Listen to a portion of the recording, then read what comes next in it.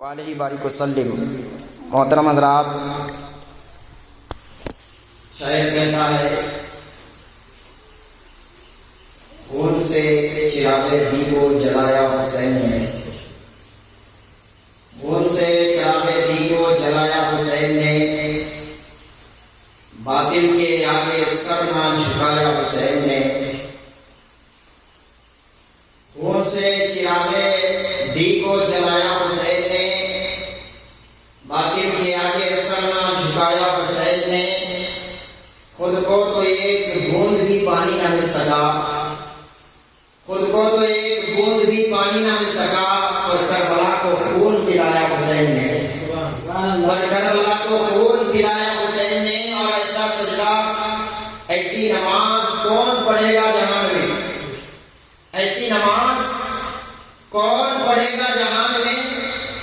سر کو جھکایا تو سر نہ اٹھایا حسین، سر جھکا تو سر نہ اٹھایا حسین نے۔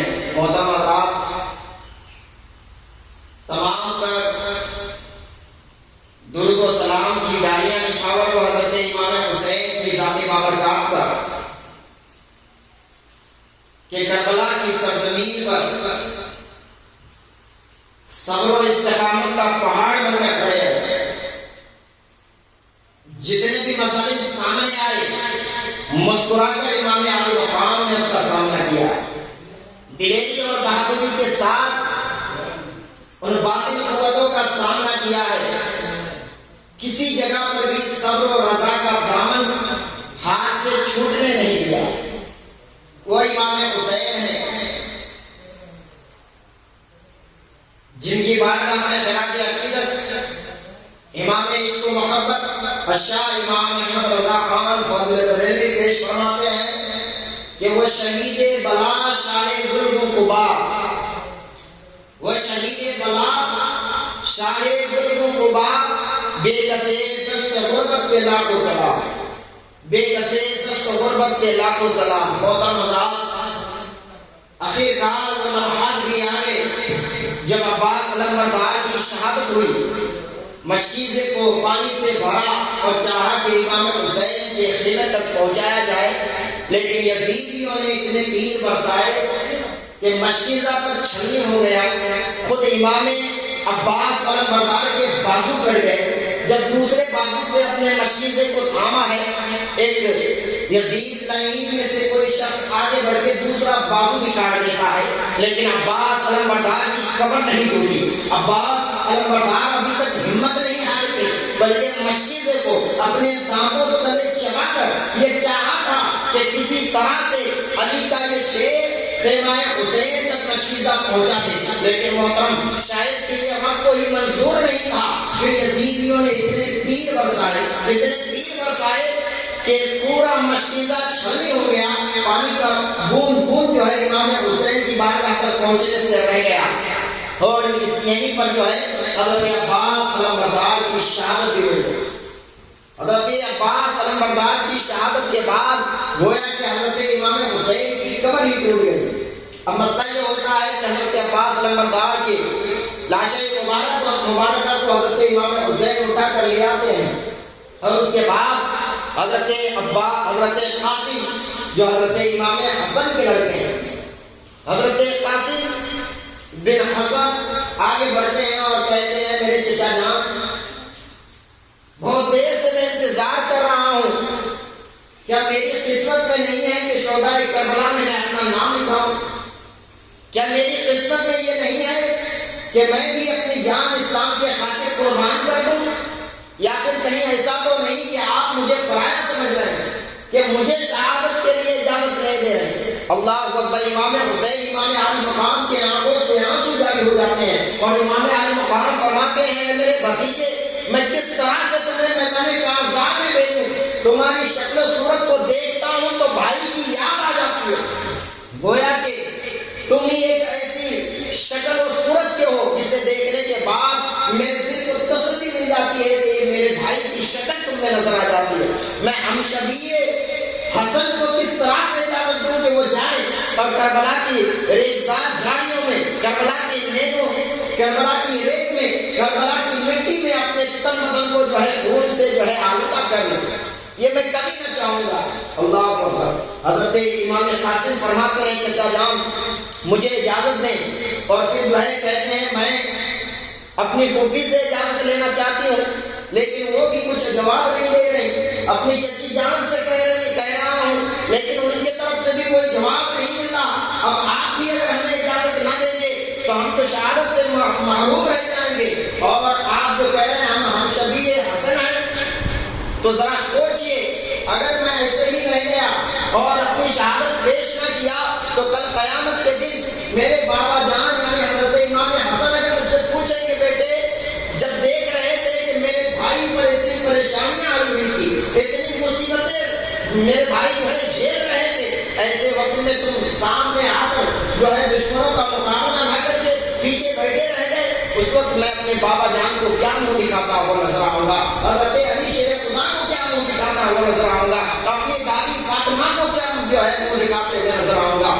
اللہ اکبر. اتنا کہنا تھا پھر جو ہے حضرت امام قاسم اپنی تعویذ نکالتے ہیں اور کہتے ہیں اے میرے چچا جان یہ تعویذ میرے والد محترم نے میرے گلے میں ڈالا تھا اور مجھ سے وصیت کی تھی کہ جب تم پر سب سے زیادہ پریشانی آ جائے تو اس تعویذ کو کھول کر دیکھ لینا. میں سمجھتا ہوں کہ کربلا کے اس ظلم و ستم کے آگے اس سے بڑھ کر کوئی مصیبت نہیں ہو سکتی, اس سے بڑھ کر کوئی پریشانی نہیں ہو سکتی, لہذا اس تعویذ کو کھول کے دیکھا جائے. اللہ اکبر. جب تعویذ کھولا گیا اور حضرت امام قاسم نے جب اسے پڑھا ہے تو آنکھوں سے آنسو جاری ہو گئے. اللہ اکبر. آگے بڑھاتے اپنے چچا جان کو وہ جو ہے تعویذ پڑھاتے ہوئے نظر آتے ہیں اور کہتے ہیں چچا جان یہ کوئی تعویذ نہیں ہے بلکہ ایک خطوط کے شکل میں ہے جو میرے والد محترم نے میرے گلے میں تعویذ کے شکل میں ڈالا.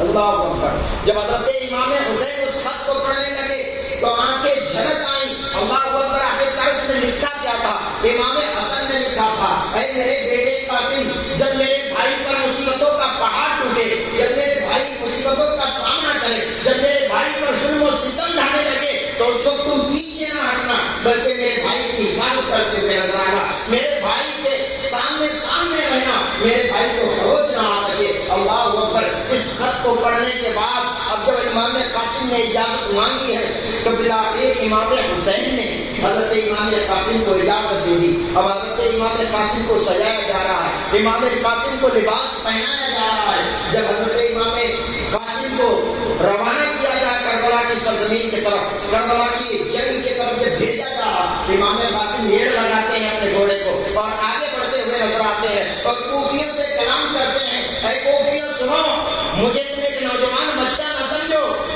مجھے ایک نوجوان بچہ نہ سمجھو, میرے اندر بھی فاطمہ دودھ شامل ہے, مجھے تم ایک نوجوان نہ سمجھو, میرے اندر بھی میرے رگوں میں بھی علی کا خون دوڑ رہا ہے. لہذا جسے اپنی بیٹیاں بیوہ کرنا ہو وہ سامنے آ جائے, جسے اپنے بچے یتیم کروانے ہو وہ سامنے آ جائے. امام قاسم نے جب ایسے للکارا ہے تو سارے لوگ جو ہے پسند ہو جاتے ہیں, سارے لوگ خیرہ ہو جاتے ہیں. امام قاسم کے اس سوال کا, اس تقریر کا لوگوں کے پاس کوئی جواب نہ ہوتا ہے, لیکن پھر جو ہے صاحب کی طرف سے آواز آتی ہے. ارزق کو وہ کہتا ہوا نظر آتا ہے ارزق جا امام قاسم کے مقابلے میں جا, تو تو بڑا پہلوان ہے, عرب میں تو تیرا بڑا نام ہے, لہذا جاؤ بڑا اس بچے کے سامنے میں اپنی بےعزتی کروا لوں. میں ایک بڑا بہادر شہسوار پہلوان ہوں, میں ایک نوجوان لڑکے کے مقابلے میں جاؤں, یہ میرے شان کے لائق نہیں. اللہ اکبر. ابن سعد نے کہا ہے یہ نہ دیکھو کہ بچہ ہے, یہ دیکھو کہ کس گھرانے سے تعلق رکھتا ہے. علی شیر خدا کا خون ان کے رگوں میں دوڑا ہے, لہٰذا تم اسے بچہ سمجھنے کی بھول نہ کرو. لیکن پھر بھی ارزق نے نہ مانا اور اپنے بڑے بیٹے کو اشارہ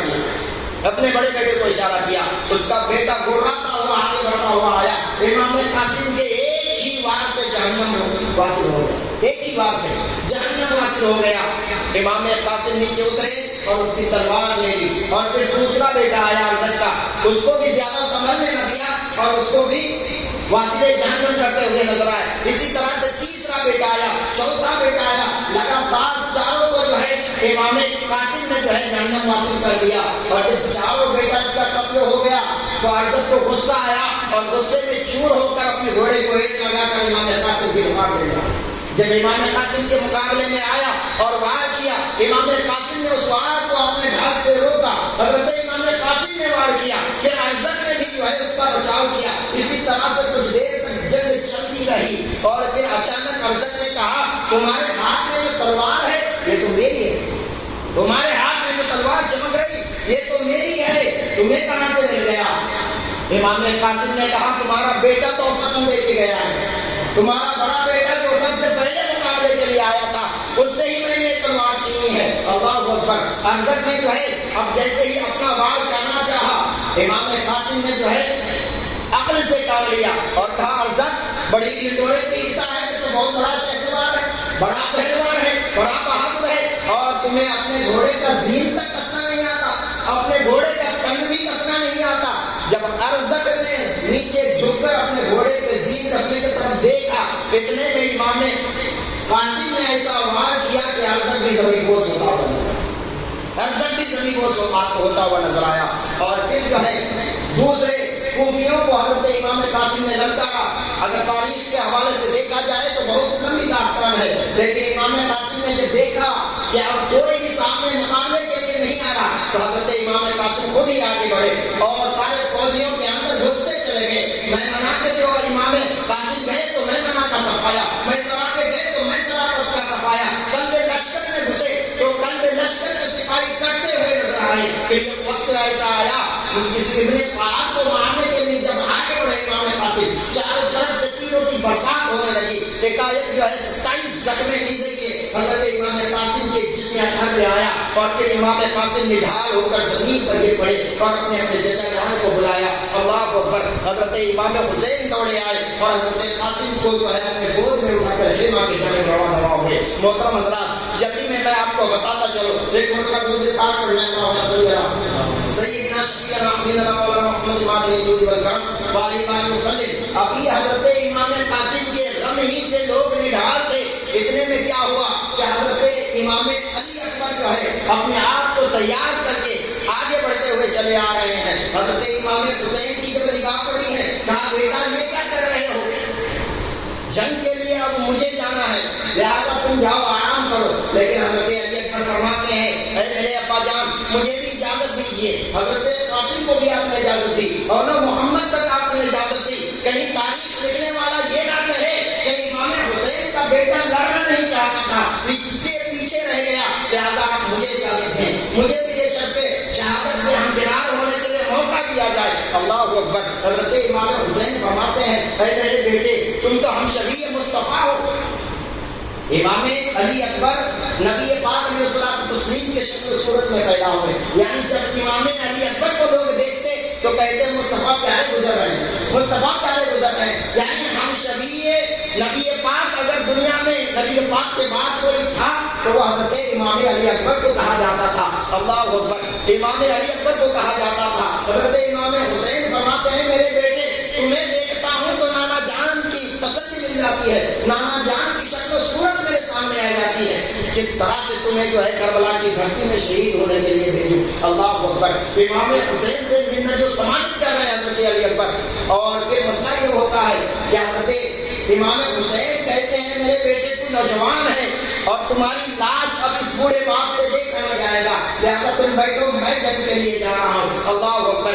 امام علی اکبر نے کہا ہے اے میرے والد محترم جس طرح آپ اپنے جوان بیٹے کی تڑپتی ہوئی لاش نہیں دیکھ سکتے تو جوان بیٹا اپنے بوڑھے باپ کی لاش کو کیسے دیکھ سکتا ہے، لہٰذا آپ مجھے اجازت دیں۔ اللہ اکبر۔ پھر اجازت دی گئی حضرت علی اکبر کو، حضرت امام علی اکبر کو تیار کیا گیا، حضرت جعفر تیار کا جو ہے نیزہ دیا گیا اور پھر جو ہے حضرت علی کی تلوار دی گئی۔ امام علی اکبر جب آگے بڑھنے لگے سب سے ملاقات کر کے روانہ ہونے لگے، محترم حضرات کتنا وہ غمخوار والا معاملہ ہوگا، کیسا وہ المناک والا منظر ہوگا۔ لوگ تیار کرتے ہیں اپنے بچوں کو کہیں شادیوں میں جانے کے لیے، لیکن باہر علی کے خاندان ایسا کلیجہ اور کس کا ہو سکتا ہے، اتنی بہادری، اتنی دلیری اور اتنا صبر و رضا کے پیکر اگر کوئی ہے تو وہ علی شیر خدا کا خاندان ہی ہے کہ اپنے بچوں کو تیار کر رہے ہیں شہادت کے جام کے لیے۔ اللہ اکبر۔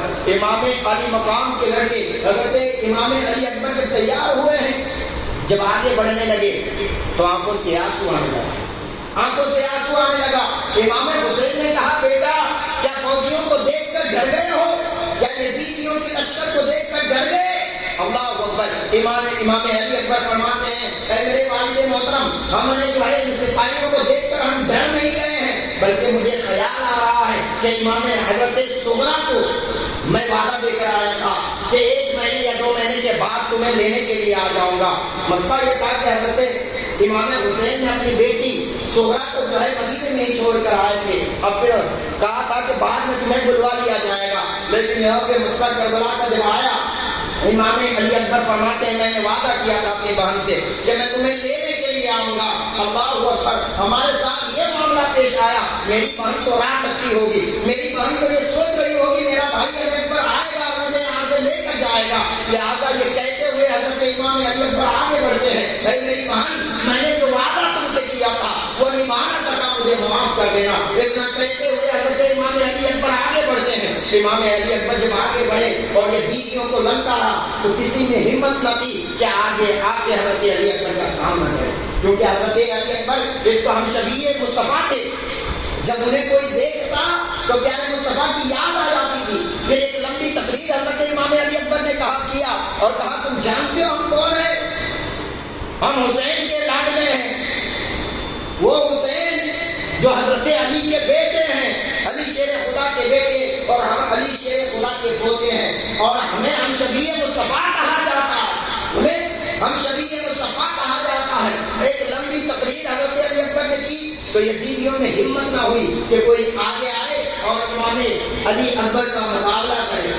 پھر جو ہے ابن سعد نے کہا، عمر بن سعد نے طارق بن اشعث کو کہا، لالچ دی کہ تمہیں موصل کا حکمراں بنا دیا جائے گا، تمہیں موصل کا حکمراں بنا دیا جائے گا اگر تم امام علی اکبر کا سر کاٹ کر لاتے ہو۔ اللہ اکبر، ادھر طارق بن شیش کہتا ہے اچھا یہ بات تو صحیح ہے کہ تم موصل کا حکمراں مجھے بنا دو گے، کہیں ایسا نہیں ہو کہ میں علی اکبر کا سر لے آؤں اور اس کے بعد تم مکر جاؤ۔ تو پھر میں دین سے بھی گیا اور دنیا سے بھی گیا، میں دین سے بھی گیا اور دنیا سے بھی گیا۔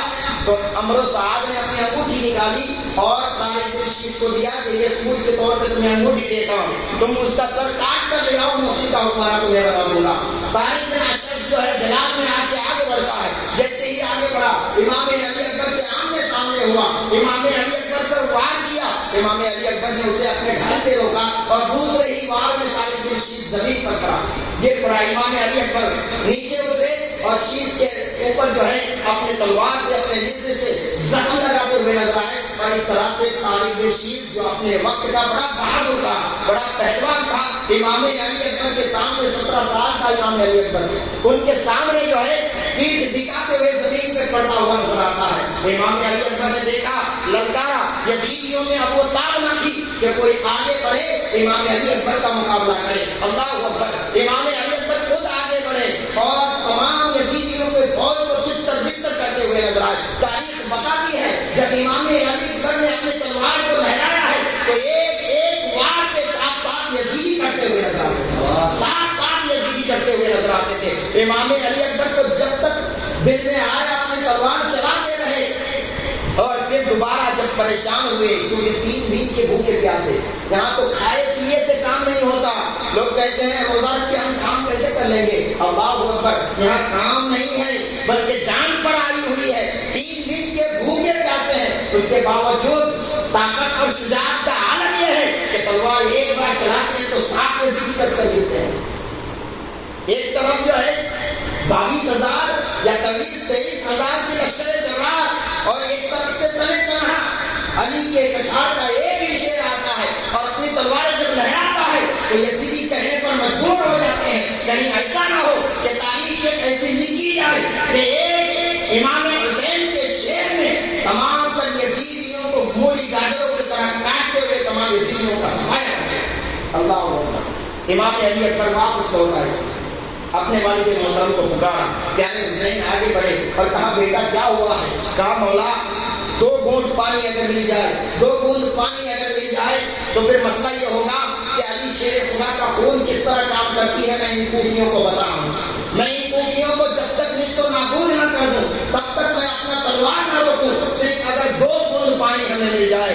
اللہ اکبر، امام حسین نے کہا بیٹا مسئلہ یہی ہے کہ ہمیں پانی نہیں دیا جا سکتا، آج کے دن جو ہے تمہیں شہادت نوش کر کے پیارے مصطفیٰ سے اگر جامع شہادت لینا ہے تو حوض کوثر پہ چلے جاؤ، وگرنہ ہمیں پانی ملنے والا نہیں ہے۔ اللہ اکبر۔ امام حسین نے کہا بیٹا اگر تمہیں پیاس ستا رہی، اگر پیاس تمہیں تڑپا رہی ہے تو لو میری زبان دو، آگے بڑھو، میری زبان کو چوسو۔ اللہ اکبر۔ باپ نے اپنی زبان نکالی ہے، بیٹے نے اپنے منہ میں لے کر زبان کو چوسا ہے۔ نہ جانے کون سا سکون مل گیا، نہ جانے کیسے آپ سے وہ سیراب ہوتے ہوئے نظر آئے کہ پھر سے امام علی جب بڑھتے ہیں تو تمام یزیدیوں میں بھڑکم پیدا ہو جاتا ہے کہ یہ کون آ گیا، کہ شیر کی آمد ہے، کہ رنگ کانپ رہا ہے، چرخ ایک طرف رو ہے، کفن کانپ رہا ہے، رستم کا بدن زیر کفن کانپ رہا ہے۔ امام علی اکبر نے اپنی تلوار لہرائی ہے، میسرا کے گئے ہیں تو میسرا کے تمام سپاہی مولی گاجروں کی طرح کرتے ہوئے نظر آتے ہیں، میمنہ پہ گئے ہیں تو میمنہ کے تمام سپاہی تتر بتر ہوتے ہوئے نظر آئے ہیں۔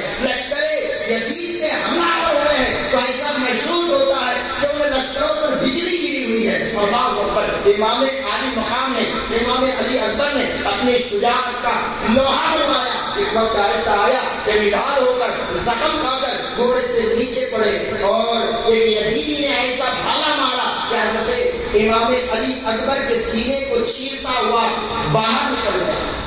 پھر وہ وقت آیا کہ ابن سعد نے کہا حسین تم اپنا لخت جگر لے جاؤ، تم اپنے علی اکبر کو لے جاؤ۔ اللہ اکبر۔ جیسے ہی یہ صدا گونجی ہے،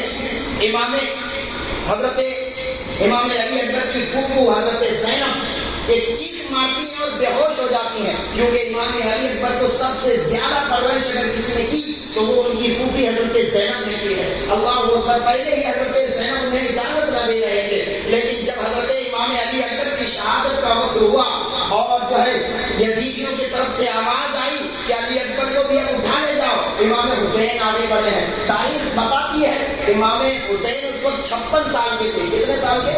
56 سال کے تھے، لیکن امام حسین کے ایک بال بھی نہیں بچے تھے۔ لیکن جب نوجوان بیٹا کو اپنے خون میں لتر پتر دیکھا ہے، جیسے کہ امام حسین آگے بڑھے ہیں تو کیا دیکھ رہے ہیں؟ ایک بھالا ہے، ایک تیر ہے جو امام علی اکبر کے سینے میں پیوست ہو گیا ہے اور پیٹھ کی طرف سے وہ باہر نکلا ہے۔ باپ نے جو ہے پوری طاقت لگا کے اسے جب کھینچا ہے تو ساتھ میں کلیجہ بھی باہر آ گیا ہے، ساتھ میں کلیجہ بھی باہر آ گیا ہے۔ ذرا سوچئے تو صحیح۔ اتنا ہی نہیں، جب حضرت علی اکبر نیچے زمین پر گرے تو یزیدی فوجوں نے اپنے گھوڑوں کو امام علی اکبر کے سینے پہ دوڑایا ہے۔ اللہ اکبر۔ وہ منظر آسمان فلک نے کیسا دیکھا ہوگا، چشم فلک نے اپنے نگاہوں میں کیسے اس منظر کو لایا ہوگا، خدا جانے اور خدا کا رسول بہتر جانے۔ ذرا سوچئے تو صحیح، اس بیٹے جس بیٹے کا کلیجہ تیر کے ساتھ یا بھالے کے امی کے ساتھ باہر آ جائے، باپ کے دل پہ کیا گزرا ہوگا، باپ کے دل پہ کیا گزرا ہوگا۔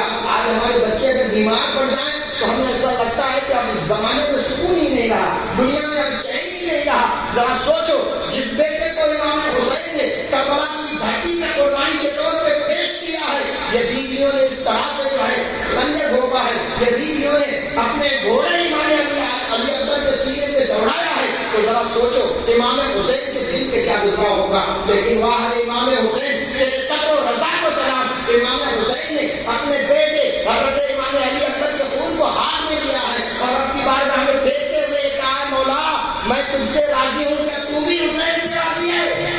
کیا تو بھی حسین سے راضی ہے؟ اللہ اکبر۔ مسئلہ یہ ہوا کہ پھر حضرت امام حسین نے جو ہے اپنے بیٹے کی لاش مبارکہ کو اٹھایا ہے اور امام حسین اپنے خیمے تک پہنچے ہیں۔ کچھ دیر کے بعد جو ہے عورتوں میں ایک آواز سی آنے لگتی ہے، عورتیں جو ہے چیخنے چلانے لگتی ہیں کہ امام علی اصغر ہے، امام علی اصغر جو اپنی زبان کو باہر نکال رہے ہیں، پیاس کی وجہ سے تڑپ رہے ہیں۔ اللہ اکبر۔ گویا کہ امام علی اصغر کی زبان کانٹے جیسی ہو گئی ہے۔ حضرت زینب آگے بڑھتی ہیں اور کہتی ہیں میرے بھائی جو دشمنی یزیدیوں کی ہے وہ ہمارے ساتھ ہے، ان چھوٹے چھوٹے ننھے ننھے بچوں نے کیا بگاڑا ہے، لہٰذا میں نے آج تک تم سے کچھ مانگا نہیں، اور محمد کو دے دیا، تمہارے حوالے کیا، میں نے کچھ کہا نہیں، رب کا شکر ادا کرتی رہی۔ امام قاسم کو دے دیا، رب کا شکر ادا کرتی رہی۔ حضرت عباس کو دے دیا، رب کا شکر ادا کرتی رہی۔ حضرت علی اکبر کو دے دیا، رب کا شکر ادا کرتی رہی۔ لیکن آج میں تم سے مانگنا چاہتی ہوں، مانگنا یہ ہے کہ تم علی اصغر کو اٹھاؤ، یزیدیوں میں لے جاؤ۔ عمرو صاحب اتنے زیادہ نہ صحیح، اس میں اور بھی دوسرے لوگ ہیں جو اپنے بیٹوں کے جو ہے باپ ہوں گے، جو اپنے اولاد رکھنے والے ہوں گے، ان کے سینے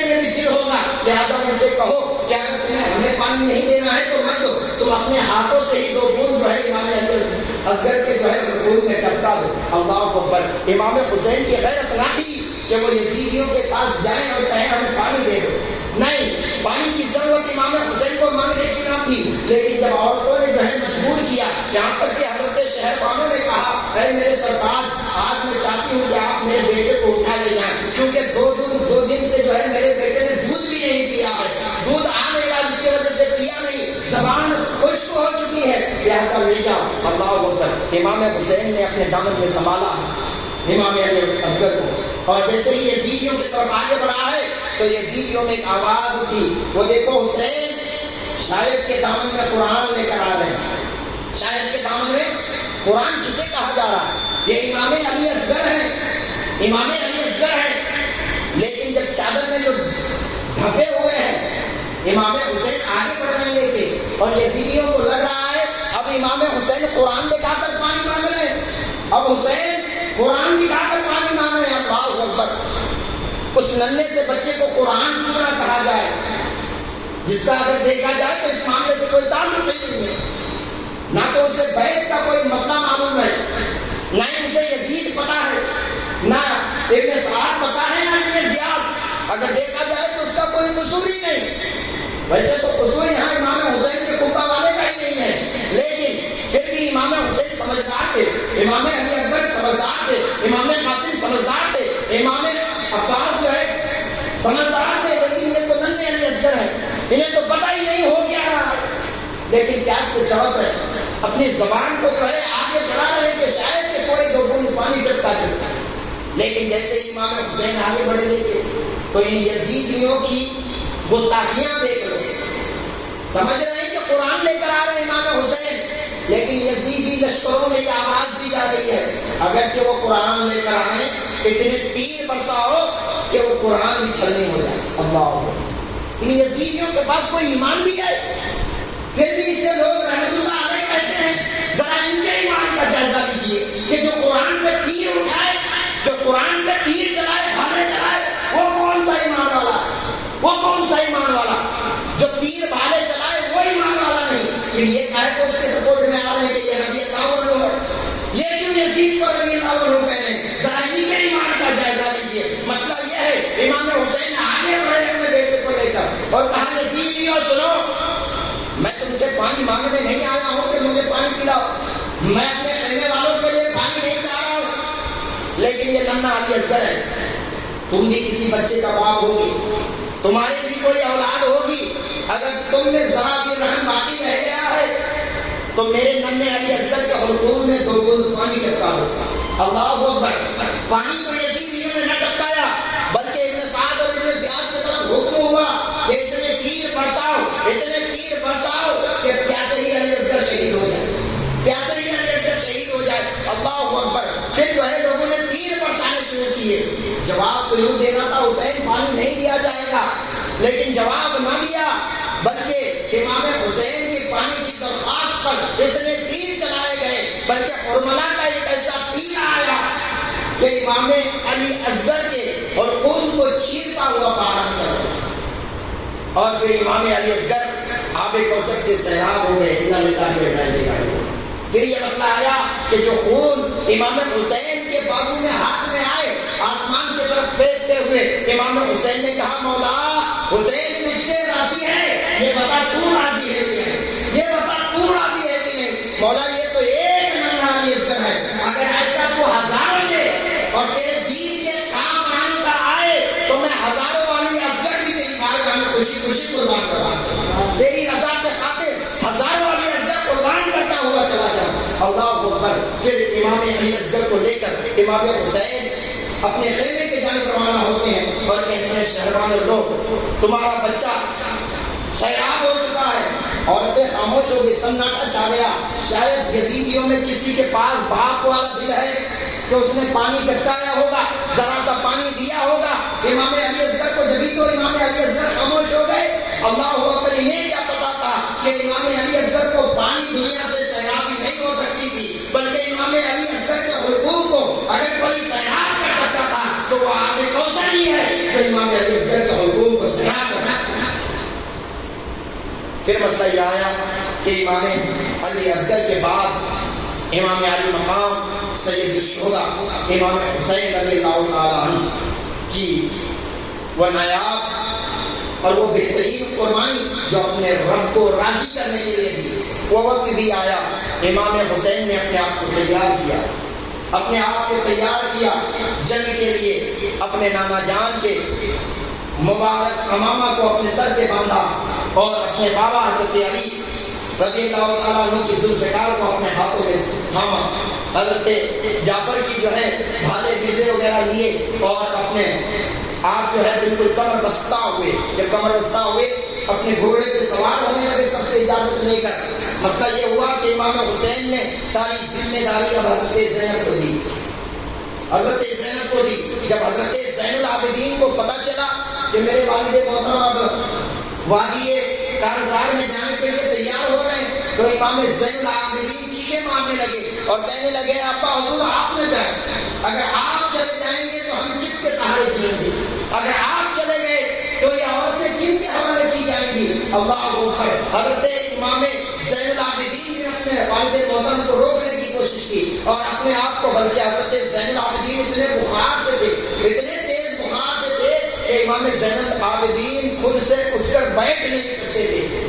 لیکن جب دیکھا کہ بابا جان جو ہے اپنی تیاری کر رہے ہیں جنگ میں جانے کی، تو امام زین العابدین نے کوشش کر کے اپنے آپ کو کھڑا کیا اور کہا اے میرے مولا حسین، ابھی آپ کا بیٹا زین العابدین باقی ہے، ابھی آپ کا بیٹا زین العابدین باقی ہے۔ اللہ اکبر۔ بخار کی شدت ایسی تھی کہ کھڑا ہونے کے بعد لڑکھڑا کر زمین پر گر پڑے۔ امام حسین نے کہا بیٹا نہیں، تمہیں جانے کی ضرورت نہیں، اب تم سے ہی ہماری نسلیں چلیں گی، اب تم سے ہی ہماری نسلیں چلیں گی۔ اور پھر حضرت زینب کو آگے بڑھایا ہے اور کہا ہے، ایک خطبہ دیے اپنے پورے خیمہ والے کو، اپنے پورے خیمہ والے کو، اپنے کنبے والے کو ایک خطبہ امام حسین نے دیا کہ اب تک ہم سب حق پہ تھے، رب تبارک و تعالیٰ ہمارے ساتھ تھا، اور اس کے بعد بھی تم سب یہ کوشش کرنا کہ حق پہ رہو۔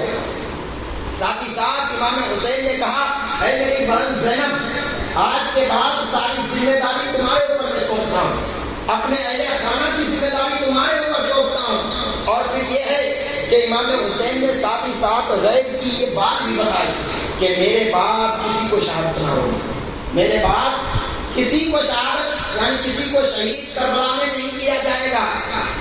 تسلی کے لیے امام حسین نے اپنے خیمے والے کو بتایا کہ میں چلا جاؤں تو میرے بعد جو ہے ذمہ داری حضرت زینب کی ہے، آپ کے سرپرست حضرت زینب ہیں، اور میرے بعد کسی دوسرے کو شہید نہ کیا جائے۔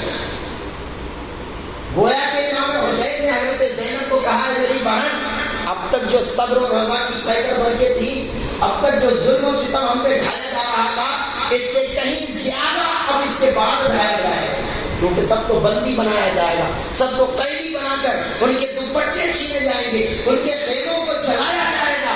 لہٰذا اس کے بعد اور بھی تمہارے امتحان سخت ہوں گے، امتحانات تمہارے سخت ہوں گے، آزمائش تمہارے بڑھ جائیں گے۔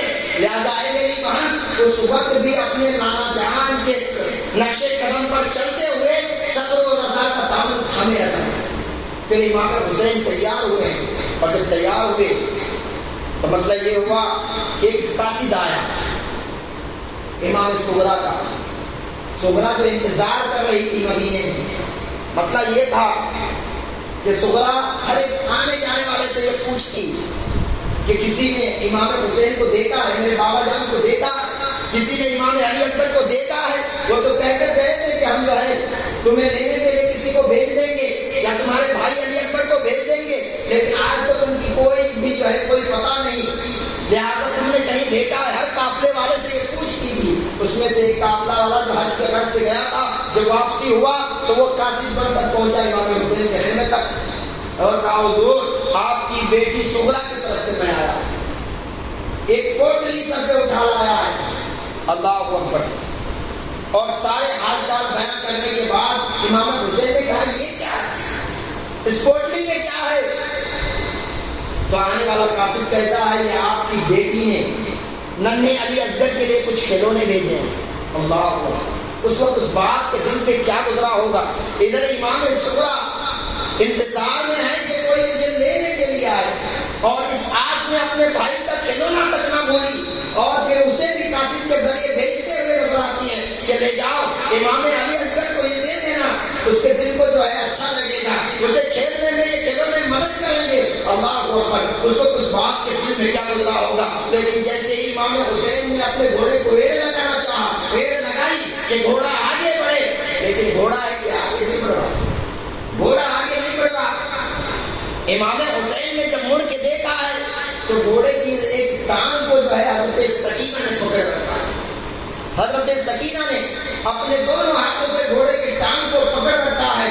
اللہ اکبر، گویا کہ وہ جانور یہ کہتا ہوا نظر آتا ہے، مولا حسین آپ تو جانے کے لیے کہہ رہے ہیں لیکن آپ کی بیٹی روک رہی ہے، میں کیسے چلے جاؤں؟ اسے جو ہے ایسے گھسیٹتے ہوئے میں کیسے چلے جاؤں؟ اس لیے میں آگے نہیں بڑھ رہا ہوں۔ اللہ اکبر، امام حسین پھر سے گھوڑے سے نیچے اترے اور کہا بیٹی سکینہ کیا کر رہی ہو؟ جاؤ تم خیمے کے اندر چلے جاؤ۔ حضرت سکینہ اپنے باپ کے سینے سے جو ہے چپک جاتی ہے اور کہتی ہیں ابا حضور جب آپ تھے تو اس وقت تک میں رات میں سوتی نہیں تھی جب تک آپ کے سینے پر میں چڑھ کے سو نہ جاتی، اور آپ جو ہے نعتیں پڑھتے ہوئے، آپ جو ہے درود و سلام پڑھتے ہوئے مجھے سلایا کرتے تھے۔ اگر آپ کو اس میدان کربلا میں کچھ ہو گیا تو پھر سکینہ کو کون سلائے گا؟ سکینہ کے دل کو کون بہلاتا ہوا نظر آئے گا؟ اے میرے ابا حضور، آج کے بعد میں ہر بات آپ کی مانتی ہوئی نظر آؤں گی، آپ کو کوئی ضد نہ کرتی ہوئی نظر آؤں گی، لیکن میں یہ چاہتی ہوں کہ آپ میدان کربلا میں نہ جائیں۔ لیکن نوشتہ خدا بھی لکھا ہوا تھا، امام حسین کا جانا بھی ضروری تھا۔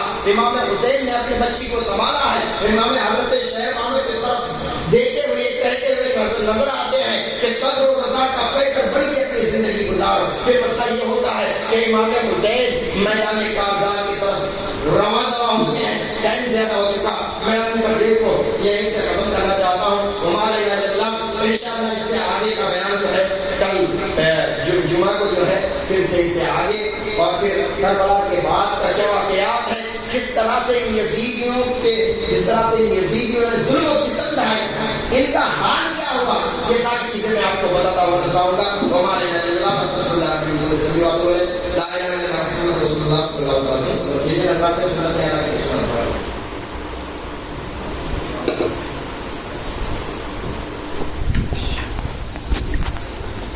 وعلیہ بارک وسلم۔